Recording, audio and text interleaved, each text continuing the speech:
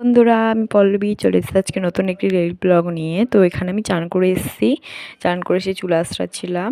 তো ভালো করে চুলের জটা আমি প্রতিদিনই ছাড়াই চান করার পরে। তো আজকেই সেরকম একটা করে নিলাম। তো এখন যা চুল উঠছে বন্ধুরা, কি বলবো। তোমরা চুলের জন্য কি কি করো প্লিজ আমাকে কমেন্ট করে জানাবেন।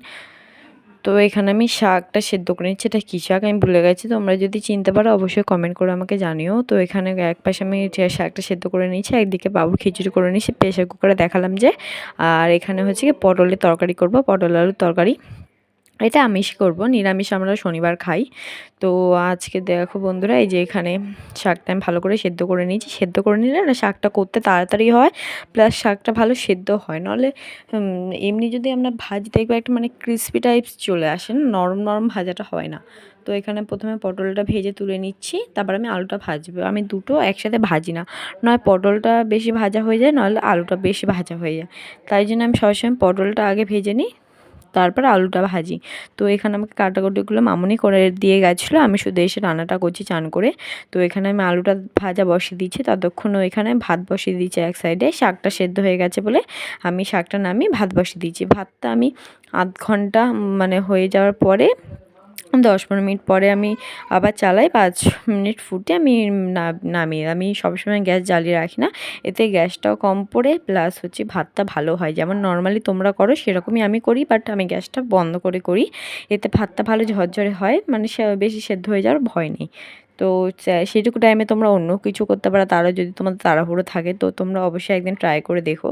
তো আমি এখানে আলুটা নামিয়ে নিচ্ছি। তো তোমরা তোমাদের মানে টাইম বুঝে আর চালটা কেমন হয়, তোমাদের ভাত কতক্ষণে ফোটে সেই আন্দাজেই তোমরা করবে। তো এখানে পটলের তরকারিটা ফোড়নের জন্য সব রকম ফোড়ন দিয়ে দিয়েছি, যেমন গোটা গরম মশলা, একটু চিনি দিয়েছি, আর লঙ্কা, গোটা জিরে, তেজপাতা। তো এখানে সব বাটাবুটি দিয়ে দিচ্ছি। এখানে রয়েছে আদা, শুকনো লঙ্কা, জিরে, ধনে, টমেটো। তো আমি ভালো করে সেটা পেস্ট করে নিয়ে সেই পেস্টটাই তরকারির মধ্যে দিয়ে দিচ্ছি। তো দেখুন তরকারিটা দেখতে কি দারুণ লাগছে। তো আমি অনেকক্ষণ ধরে কষিয়েছি বন্ধুরা, তো ক্লিপ নিতে পারিনি সেগুলো, তো আমি অ্যাড করতে পারিনি। তো আমি অনেকক্ষণ কষিয়ে তারপরে একটু নুন আর গুঁড়ো গরম মশলা মানে দিয়ে ভালো করে এখানে কয়েকটা বাসন বেরিয়ে ছিল, সে বাসনগুলো আমি মেজে নিলাম। তো এখানে আরেকটা কড়াইতে আমি শাকটা ভাজবো বলে কড়াইটা বসিয়ে দিলাম। তো এখানে তাক ফাকগুলো মুছে নিচ্ছি। আমি আরেকবার এইটু জিনিসগুলো সরিয়ে আমি আরও একবার মুছে নিই বাসন মাজার সময়, যখন লাস্ট ওই খাবারের বাসন পড়ে। তো এখানে আমি একটু তেল দিয়ে দিচ্ছি, এখানে ফোড়ন দেবো শুকনো লঙ্কা আর কালো জিরে আর পেঁয়াজ। তো এই শাকটা যা টেস্টি হয়েছিল বন্ধুরা, তোমরা যে কোনো শাকই এইভাবে ফোড়ন দিয়ে খাবে, দেখবে খুবই ভালো লাগে। পেঁয়াজটা দিলে শুকনো লঙ্কা আর কালো জিরে, গোটা জিরেটা অতটা শাকে যায় না, তো আমি সবসময় কালো জিরে দেওয়ার ফোড়ন মানে করি। আর কলমি শাকের রসুন বন্ধুরা, কলমি শাকের রসুন মাস্ট। কলমি শাকে রসুন না দিলে টেস্টও লাগে না, স্বাদও ভালো লাগে না। তো তোমরা কীভাবে শাক রান্না করো আমাকে অবশ্যই কমেন্ট করে জানাবেন। তো আমিও সেভাবে ট্রাই করে দেখবো। তো এখানে শাকটা হালকা ভাজা ভাজা হয়ে গেছে। তো এবার আমি দিয়ে দেবো শাকটা।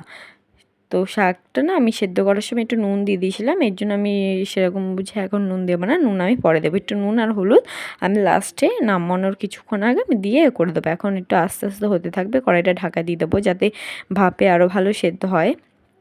তো কত এক ঝুড়ি শাক কেটেছিলাম বন্ধুরা, এখন দেখো কইটুকু শাক হয়ে গেছে। এরপরে রান্না করতে করতে আরও কম হয়ে যাবে। তো এখানে আমি গরম মশলা দিয়ে তরকারিটা নামিয়ে নিয়েছিলাম। তো ওই ভিডিওটা ওই অবধি রয়েছে। তো রাতে এখানে আমি আবার ভাত বসিয়ে দিচ্ছি, আর ডিমের ঝোল করবো বলে গোটা গরম মশলা, তেজপাতা, গোটা জিরে আমি ফোড়ন দিয়ে দিয়েছিলাম, একটা গোটা শুকনো লঙ্কা দিয়েছিলাম। তো এখানে পেঁয়াজ কুচিগুলো আমি দিয়ে দিচ্ছি।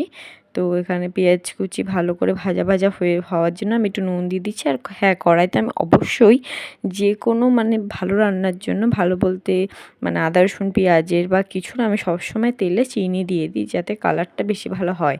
তো এখানে আমি গোটা গরম গোটা শুকনো লঙ্কা পেস্ট করা যেহেতু ব্যবহার করেছি, এর জন্য গুঁড়ো শুকনো লঙ্কা আমি দিইনি। আমি কাশ্মীরি মির্চটা দিয়েছিলাম জাস্ট কালারের জন্য, আর চিনিটা দিয়েছি তাতে আরও বেশি কালার হবে। তো এখানে মশলাটা দিয়ে তেল ছাড়ার পরে আমি আলু আর ডিম একসাথেই দিয়ে ভালো করে কষিয়ে একটু তেল ছাড়া ছাড়া অবস্থাতে আমি দিয়ে নামিয়ে নিয়েছিলাম।